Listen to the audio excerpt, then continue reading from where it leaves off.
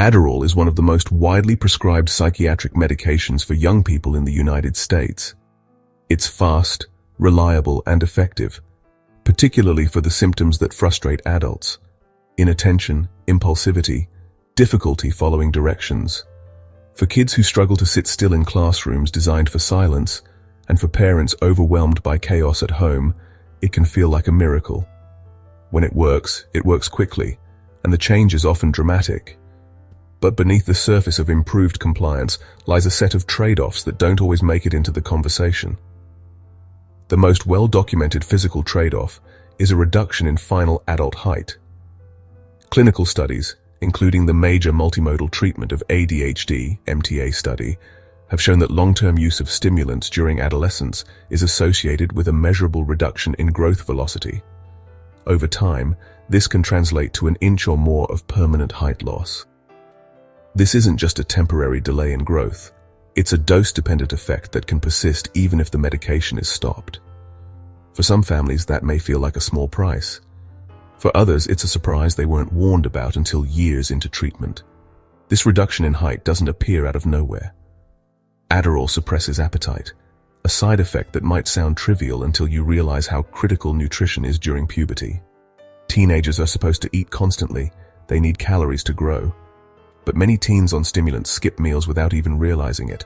Add to this the stimulant's tendency to disrupt deep sleep when the majority of growth hormone is released, and you begin to understand how, quietly and mechanically, a growing body is told to hold off. But the trade-offs aren't only physical. There are psychiatric effects too, often minimized, but deeply felt. Some children on Adderall become more anxious, more irritable, or emotionally flat. Others report racing thoughts, obsessive behavior, or periods of emotional shutdown. In a medicated state, a child may no longer be disruptive, but they may also no longer be joyful. The world narrows. What looks like focus from the outside can feel like tunnel vision from within. Adderall also comes with a crash. As the dose wears off, some children become withdrawn, exhausted, or volatile.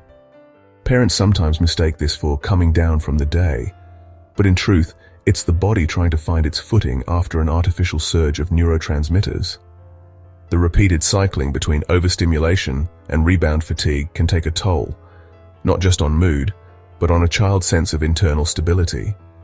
In rare but serious cases, stimulants can induce manic symptoms, paranoia, or even psychosis, particularly in individuals with a predisposition to bipolar disorder or schizophrenia spectrum conditions.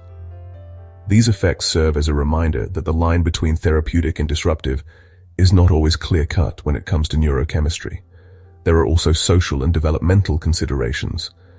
A child who learns to regulate their behavior pharmacologically may miss out on the slower, messier work of developing internal coping mechanisms.